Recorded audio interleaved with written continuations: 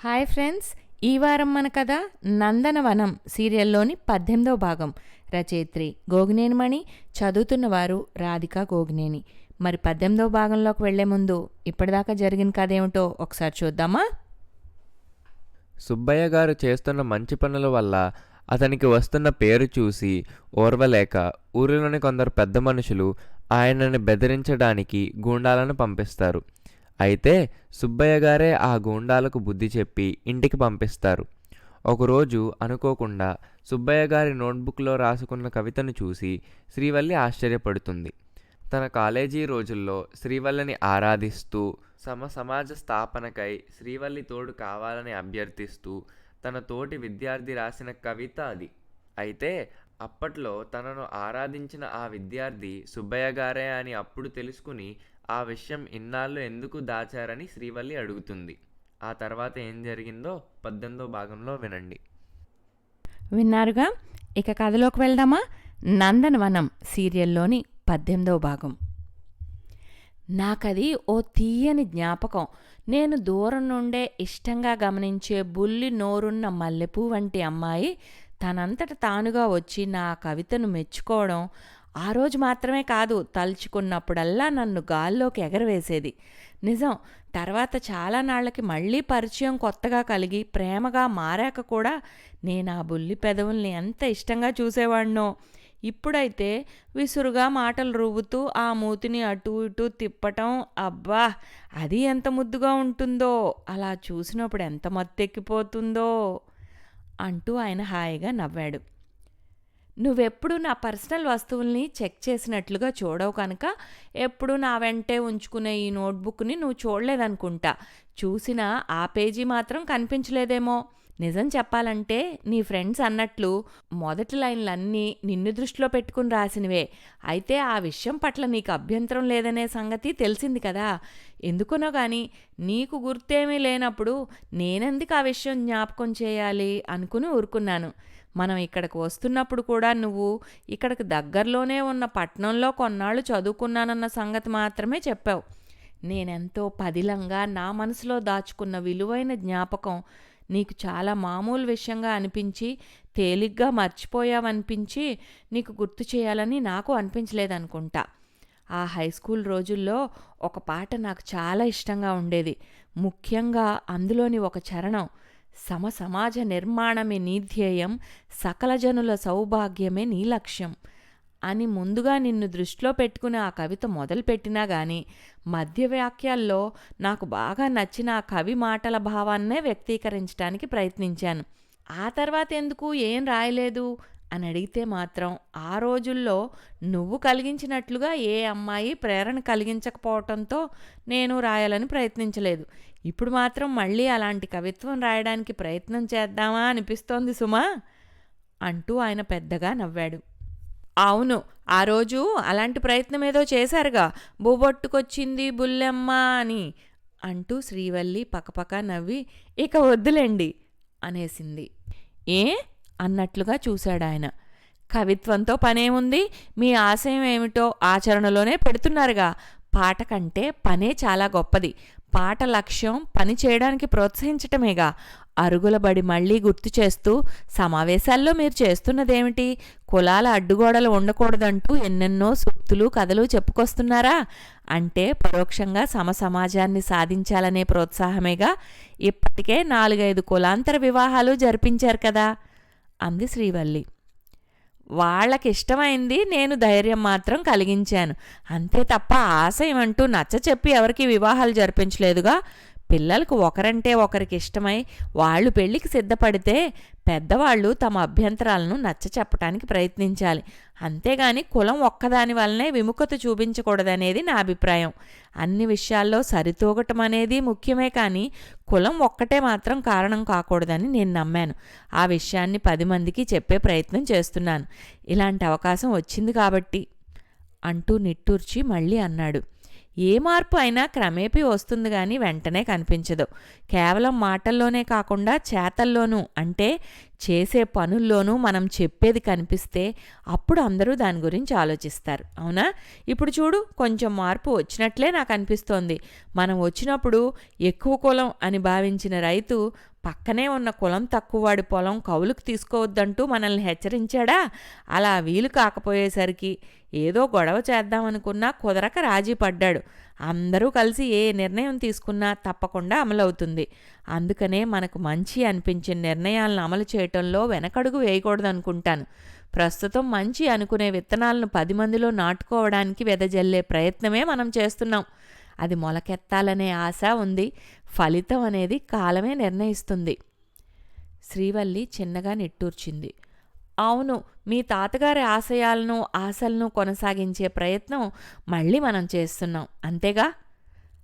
అప్పుడే అక్కడికి వచ్చిన ఓ తెల్ల పిల్లి అటుగా గెంతుతూ పరిగెత్తింది. దాన్ని చూడగానే ఆయన పెదవులపైకి చిరునవ్వు వచ్చింది. ఎందుకన్నట్లు శ్రీవల్లి చూసింది. ఆ తెల్లపిల్లిని చూడగానే మనం ఇందాక వెళ్ళొచ్చిన స్కూల్ రోజుల నాటిదే ఒక విషయం గుర్తుకొచ్చిందిలే. అప్పట్లో క్లాస్లోని నా ఫ్రెండ్స్ అంతా నీకో నిక్నేమ్ పెట్టారు, బావురు పిల్లి అని. నీ ప్రస్తావన వస్తే చాలు శ్రీవల్లి బావురు పిల్లి అని రాగం తీసేవారు. కొందరేమో తెల్ల పిల్లనో లేక తెల్ల పిల్లనో తేడా తెలియకుండా మాట్లాడేసేవాళ్ళు. మరికొందరేమో మాటల్లో ఏ కొంచెం తేడా కనిపించినా మీదపడి కళ్ళు పీకేస్తుందనే భయమేస్తుంటుందిరా బాబు, బావురు పిల్లి అనే పేరే సరిగ్గా సరిపోతుంది అంటూ భయం నటించేవాళ్ళు. అయితే క్లాస్ మొత్తానికి అందమైన తెలివైన అమ్మాయివి నువ్వే కాబట్టి అందరం నీ గురించే ఎక్కువ కబుర్లు చెప్పుకునేవాళ్ళం. నీతో మాటలు కలపాలన్న కోరిక ఉన్నా భయం కొద్దీ ఆ సాహసం ఎవరూ చేసేవాళ్ళు కాదు. అలాంటిది ఆ రోజు నీ అంతటి నువ్వే నా దగ్గరకు వచ్చి మ్యాగజైన్లో వచ్చిన నా కవితను బాగుందంటూ మెచ్చుకోవడం చూసి అందరూ నా అదృష్టాన్ని తెగ మెచ్చేసుకున్నారులే. తర్వాత నీతో జీవితాన్నే పంచుకోగలిగే అదృష్టము నాకు దక్కుతుందనే విషయం అప్పుడు నేను ఊహించలేదనుకో. ఆయన మాటలకు శ్రీవల్లి చిన్నగా నవ్వింది. ఆ రోజుల్లో మనందరిలో చక్కని స్నేహభావమే తప్ప ప్రేమ దోమ లాంటి పిచ్చి ఆలోచనలేవి ఉండేవి కావు. అందుకేనేమో నేను ఎటువంటి సంశయం లేకుండా మీ దగ్గరకు వచ్చి ఆ కవిత నాకు నచ్చిందనే విషయాన్ని చెప్పేశాను. నాకు అలాంటి నిక్నేమ్ ఉందనే మాట తెలియదు కానీ ఒకసారి మాత్రం ఎవరో మన స్కూల్ కుర్రాడే అనుకుంటా నేను వస్తుంటే వెనక నుండి తెల్లతోలు పిల్ల నిన్ను చూడాలనిపిస్తుందే మళ్ళా అంటూ రాగం తీశాడు. నేను కొంచెంగా వెనక్కి ఎవరా అని చూసేసరికి కొయ్యలా నిలబడిపోయాడు. భయంతో బిక్క చచ్చిపోయినట్లు బిగుసుకుపోయిన వాడిని చూస్తే నవ్వొచ్చింది. వెంటనే వెనుతిరిగి నా దారి నేను వెళ్ళిపోయాను అంటూ ఒక క్షణం ఆగి, ఇప్పుడు మనం కూడా ఆ పిల్లిలాగే గెంతులు వేసుకుంటూ ఆ రోజుల్లోకి వెళ్ళి వెనక్కి వచ్చేసాం కదూ.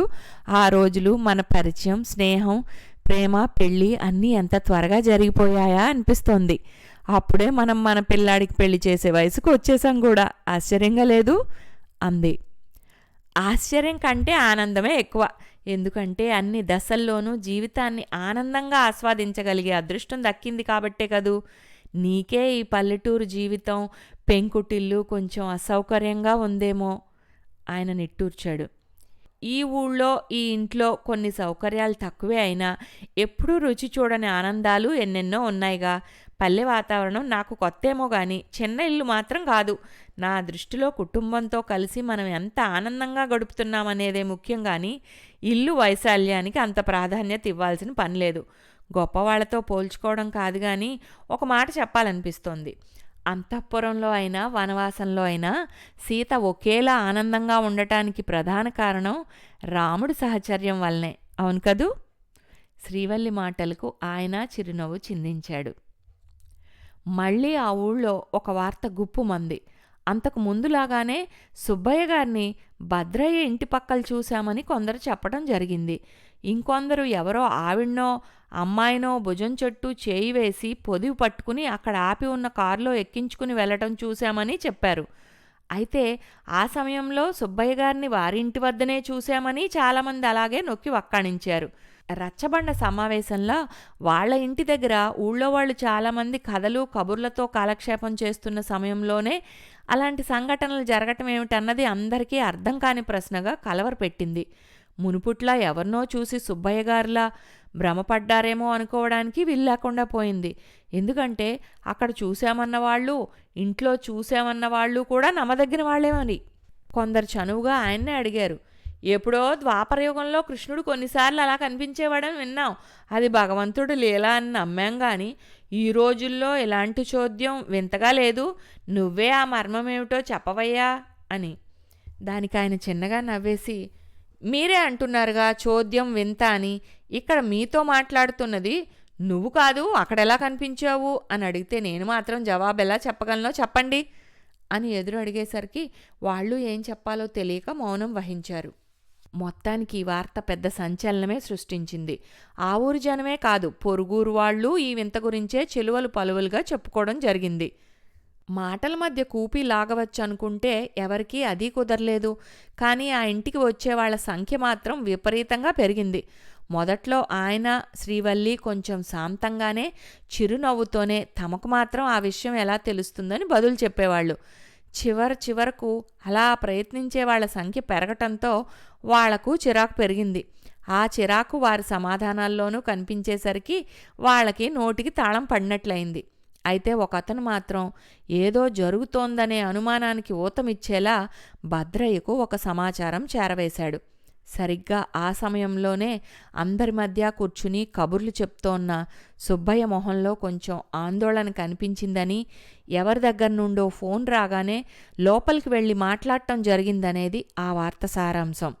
అతనికి ఏదో అనుమానం వచ్చి ఏదైనా విషయం తెలుస్తుందేమోనని అటుపక్కకి వెళ్ళి కిటికీ దగ్గర కొంచెం చాటుగా నిలబడి చెవులు రిక్కించి విన్నాడు.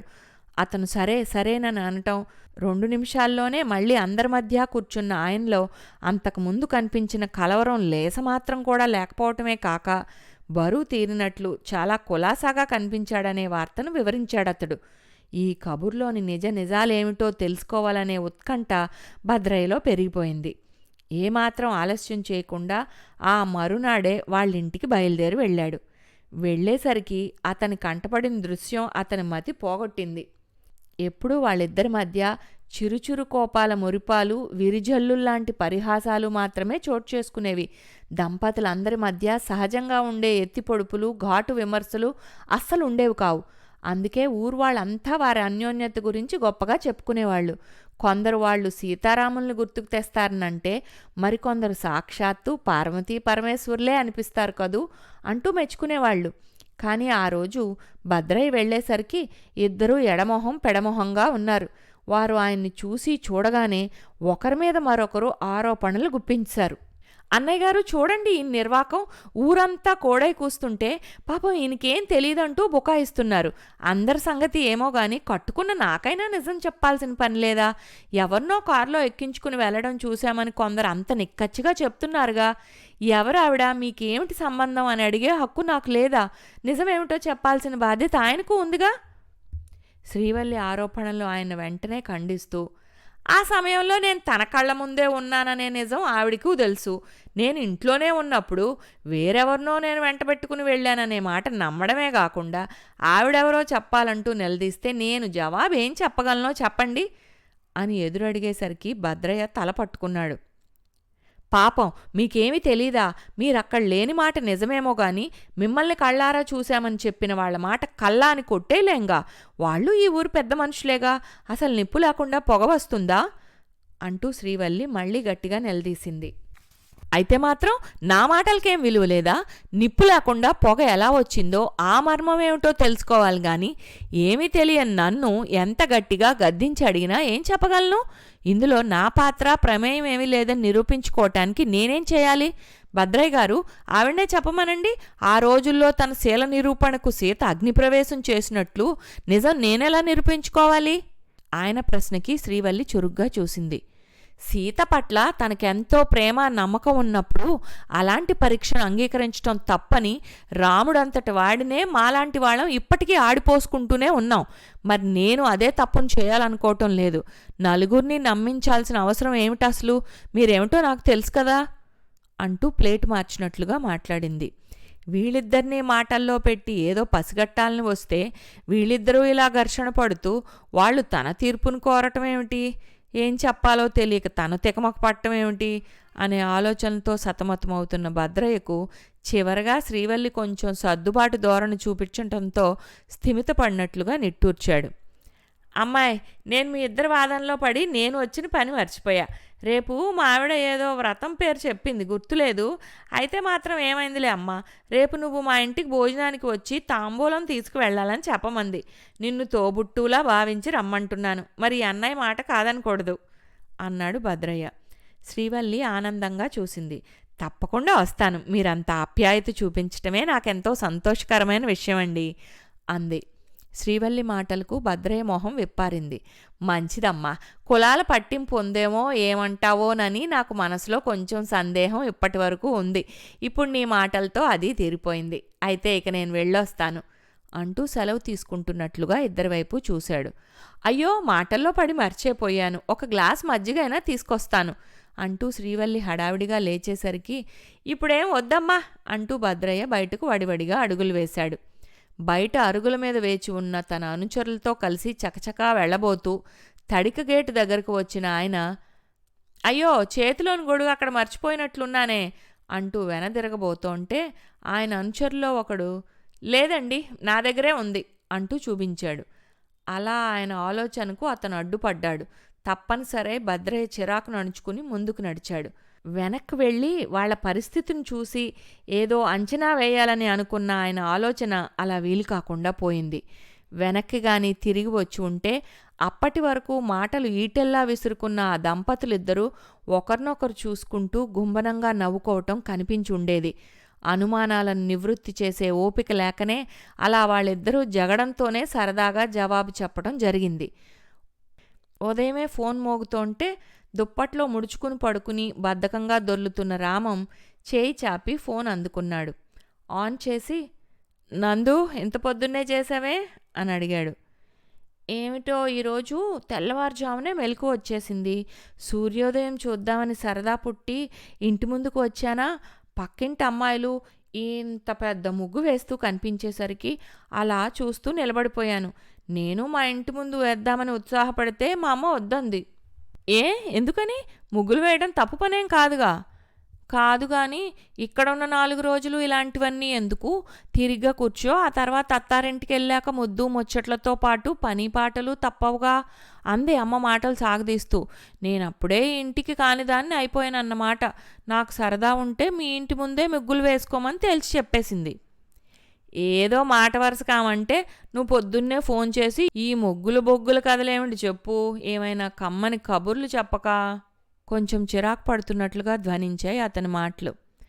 సరే సరే, మీకేదో అర్థమవుతుందనుకున్నా, కానీ ఏమాత్రం బోధపడలేదని నాకు అర్థమైంది. నేనే చెప్తున్నానిక, ముగ్గులని తేలిగ్గా మాట్లాడకండి. ముగ్గుల్ని రంగవల్లులని అంటారు తెలుసుగా. రంగురంగుల పూలరేకులతో ఇంటి ముందు అందంగా అమరే ముగ్గు ఇంటికి ఎంత అందం తీసుకొస్తుందో, అలా ఇంటి గుమ్మం దగ్గర నుండి మొదలుపెట్టి ఇంటిని చూడముచ్చటగా తీర్చిదిద్దుకునే బాధ్యత కోడలికి ఉంటుందిగా. అందుకే మీ ఇంటి ముందు ముగ్గులు వేసి నా నైపుణ్యం మీ అందరికీ చూపించమని మా అమ్మ ఇలా చెప్పిందన్నమాట. ఇప్పుడైనా అర్థమైందా మరి? ఏమిటో నందు, నాకు తెలిసి తెలియనట్లుగా అనిపిస్తోంది. ముగ్గు వేయటానికి ఇంత తికమకలెందుకు? మా ఇంటి ముందు నీకు ఇష్టం వచ్చినంత పెద్ద ముగ్గు వేసుకో, ఎవ్వరం కాదనం. ఇంతటితో నందనవనం సీరియల్లోని 18వ భాగం సమాప్తం. వచ్చే వారం 19వ భాగంతో కలుద్దాం.